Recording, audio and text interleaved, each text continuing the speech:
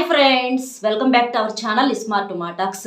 రేపు బుధవారం 12వ తారీఖు పౌర్ణమి అన్న విషయం అందరికీ తెలిసిందే. ఈ రోజున మీరు ఒక్క నిమ్మకాయతోటి రహస్యంగా ఈ చిన్న పరిహారం కనుక చేసినట్లయితే మీరు ఇష్టపడే వాళ్ళు ఎంత మొండి వాళ్ళై మిమ్మల్ని ఇబ్బంది పెడుతున్నారు, అసలు మా దారికి రావటం లేదు అని చెప్పేసి అనుకున్నా, అలాంటి వాళ్ళ దగ్గర నుంచి ఎంతో కొంత కనీసం ఒక 1% చేంజ్ అంటే 1% అయిన మార్పు రావటం చూసి మీరే ఆశ్చర్యపోతారు.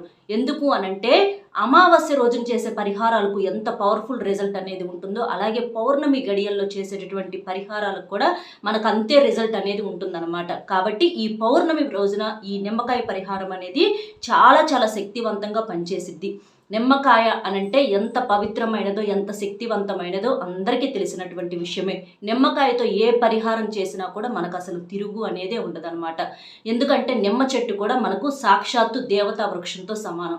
కాబట్టి ఈ నిమ్మకాయతో పరిహారం అనేది మీరు ఉదయం నుంచి సాయంత్రంలోపు ఎప్పుడైనా సరే, రేపు మనకి ఎప్పుడైనా మంచి టైమే, అలా రేపు మీకు కుదిరినప్పుడు ఏ సమయంలోనైనా చేసుకోండి.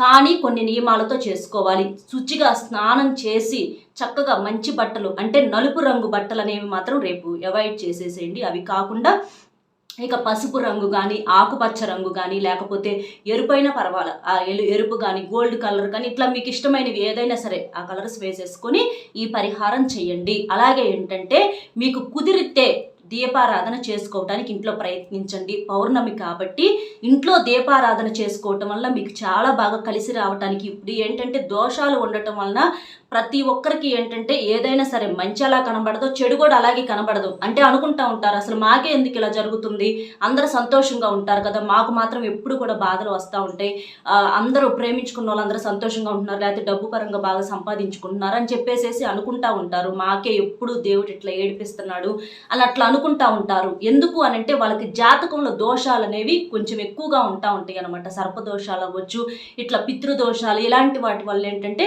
వాళ్ళకు పదే పదే రిపీటెడ్గా సమస్యలు అనేవి వస్తూ ఉంటాయి. ఆ దోషాలు అనేవి క్లియర్ అయినప్పుడు ఏంటంటే మనకు ఈ సమస్యలు తగ్గడానికి అవకాశం అనేది ఉంటుంది. ఇట్లా భార్యాభర్తల మధ్య గొడవలు అవ్వచ్చు, ఇష్టపడే అమ్మాయి దూరం పెట్టేసేయటము, అబ్బాయి దూరం పెట్టేసేయటము, నెంబర్స్ బ్లాక్ చేసేసేయటము, మెసేజెస్కి రెస్పాన్స్ లేకుండా ఉండటం, వాళ్ళ కోసం అని కష్టపడి ఎన్ని రకాల స్టేటస్లు డౌన్లోడ్ చేసి, అంటే వాళ్ళ ఎమోషన్స్ని ఆ స్టేటస్ల రూపంలో చెప్తారు.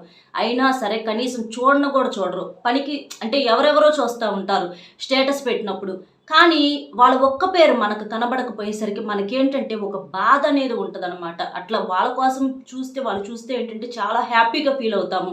కానీ వాళ్ళు ఏంటంటే చాలా మొండిగా ఉంటారు. ఎక్కువ శాతం కూడా ఇలా మొండి రకాలే తగులుతూ ఉంటారు. సరే, ఈ మొండి వాళ్ళతో మనకెందుకులే, మనం ప్రాణంగా మనల్ని ఇష్టపడే వాళ్ళు ఎవరన్నా ఉంటే వాళ్ళని ప్రేమించుకోవచ్చు కదా అని చెప్పేసి మనము అనుకోము. మనకేంటంటే ఆ మొండోళ్ళే కావాలి. కాబట్టి వాళ్ళు ఏంటంటే కొంచెం పైకెక్కి కూర్చుంటారనమాట. అలాంటి వాళ్ళని దారిలోకి తీసుకురావాలి అనంటే ఈ నిమ్మకాయ పరిహారం అనేది చాలా చాలా శక్తివంతంగా పనిచేసిద్ది. ఇది అబ్బాయి అయినా చేసుకోవచ్చు, అమ్మాయి అయినా చేసుకోవచ్చు, భార్య భర్త కోసమైనా, భర్త భార్య కోసమైనా, డబ్బు కోసమైనా చేసుకోవచ్చు. చాలా మంది కూడా అక్క మీకు తెలిసిన గురువు గారు ఎవరన్నా ఉంటే చెప్పండి అని అడుగుతున్నారు. ఇప్పుడు నేను చెప్తున్న గురువు గారు చాలా నమ్మకమైన గురువు గారండి. ఎన్నో పూజల రూపంలో, పరిహారాల రూపంలో మన సమస్యకి ఉన్నది ఉన్నట్లుగా చెప్తారు. మీకు ఎలాంటి సమస్యలు ఉన్నా సరే, ప్రేమ, పెళ్లి, ఉద్యోగం, రాజకీయం, విదేశీ ప్రయాణం, డబ్బు నిలకడలేకపోవటం, భార్యాభర్తల మధ్య గొడవలు, అప్పుల బాధలు, ఆస్తి తగాదాలు, చెడు అలవాట్లు మానలేకపోవటం, మానసిక సమస్యల నివారణ, సంతాన సమస్యలు, వివాహం కాకపోవటం, ఇలా ఒక్కొక్కరికి ఒక్కొక్క సమస్య అనేది ఉంటుంది కదా. మీకు ఎలాంటి సమస్యలు ఉన్నా సరే 100కి 100% పరిష్కారం అనేది దొరుకుతుంది. నేను కూడా చిన్న చిన్న సమస్యలకు పరిష్కారం అనేది పొందాను ఈ గురువుగారి దగ్గర. గురువుగారి నెంబర్ అనేది ఇక్కడ షేర్ చేస్తున్నాను. నెంబర్ వచ్చేసి 8328334329. ఈ నెంబర్కి ఫోన్ చేసి మీకు ఏ సమస్య ఉన్నా సరే చెప్తే గురువు గారి దగ్గర నుంచి మనకు మంచి పరిష్కారం దొరుకుతుంది.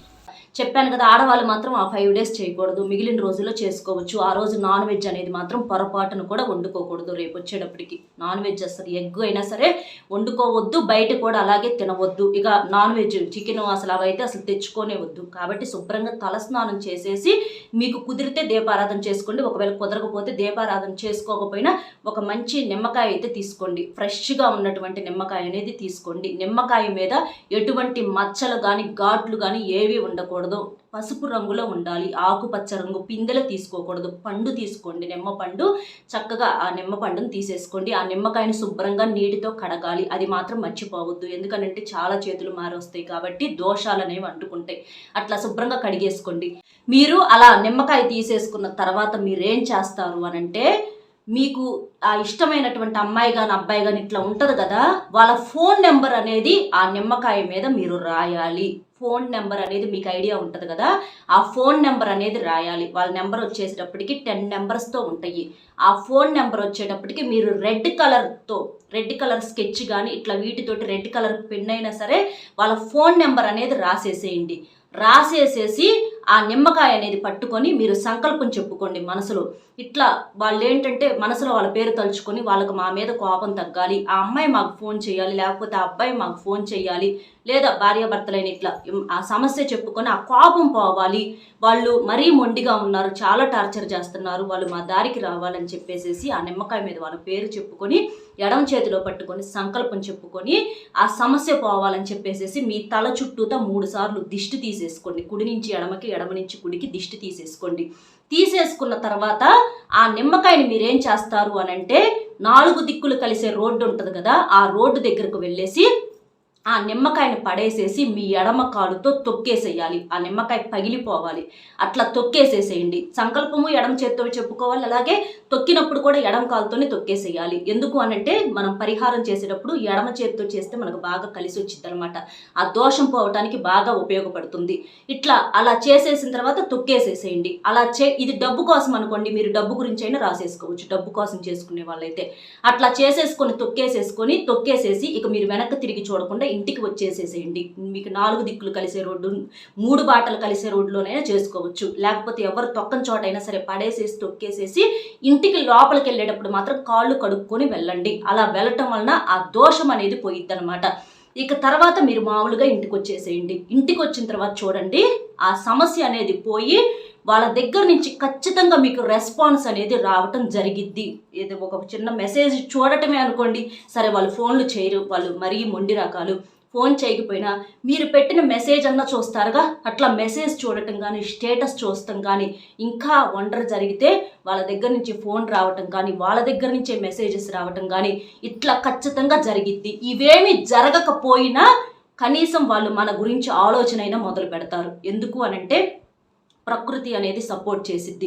మన ఆలోచన అనేది వాళ్ళకు కూడా ట్రాన్స్ఫర్ చేయడానికి, ఆ దోషాన్ని తీసేయడానికి మనం ఇక్కడ ఈ పరిహారం అనేది చేశాం కాబట్టి ప్రకృతి అనేది అదంతా కూడా పూర్తిగా లాగేసిద్ది అనమాట. కాబట్టి అద్భుతమైనటువంటి రిజల్ట్ అనేది వచ్చింది, చాలా చాలా పవర్ఫుల్. ఇలా చేశామని చెప్పేసి మీరు ఎవ్వరికీ చెప్పొద్దు, 100% రిజల్ట్ అనేది వచ్చింది. మీరు నమ్మకంతో చేయండి, నమ్మకం లేకపోతే మాత్రం పని అవ్వదు.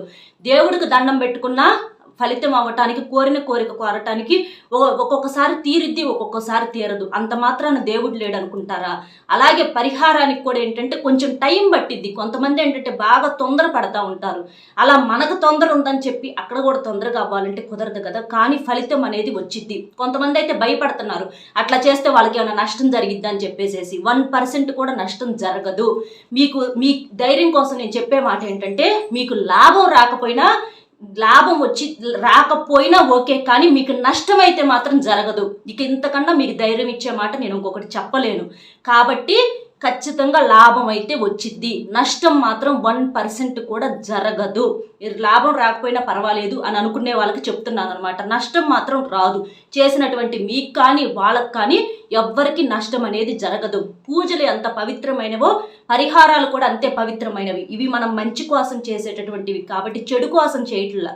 వాళ్ళు కలవాలి అని చెప్పి ఇట్లా డబ్బు కోసమని ఇలాంటి వాటి కోసం చేస్తున్నాం కాబట్టి ఎటువంటి నష్టం అనేది రాదు. కాబట్టి మీరు ధైర్యంగా చేసుకోవచ్చు, చాలా చాలా పవర్ఫుల్ అనమాట. అర్థమైంది కదా ఏం చేయాలి ఏంటి అనేది? వీడియో నచ్చితే ఒక చిన్న లైక్ ఇచ్చి సపోర్ట్ చేయండి. మీరు లైక్ చేయడం వల్ల వీడియో ఇంకొంతమందికి రీచ్ అయ్యి వాళ్ళు కూడా తెలుసుకునేటటువంటి అవకాశం అనేది ఉంటుంది. అలాగే మీకు తెలిసిన ఫ్రెండ్స్కి కూడా షేర్ చేయండి. ఒక లైక్ ఇచ్చి సపోర్ట్ చేయండి. మరొక మంచి టాపిక్తో మళ్ళీ కలుద్దాం. Bye friends.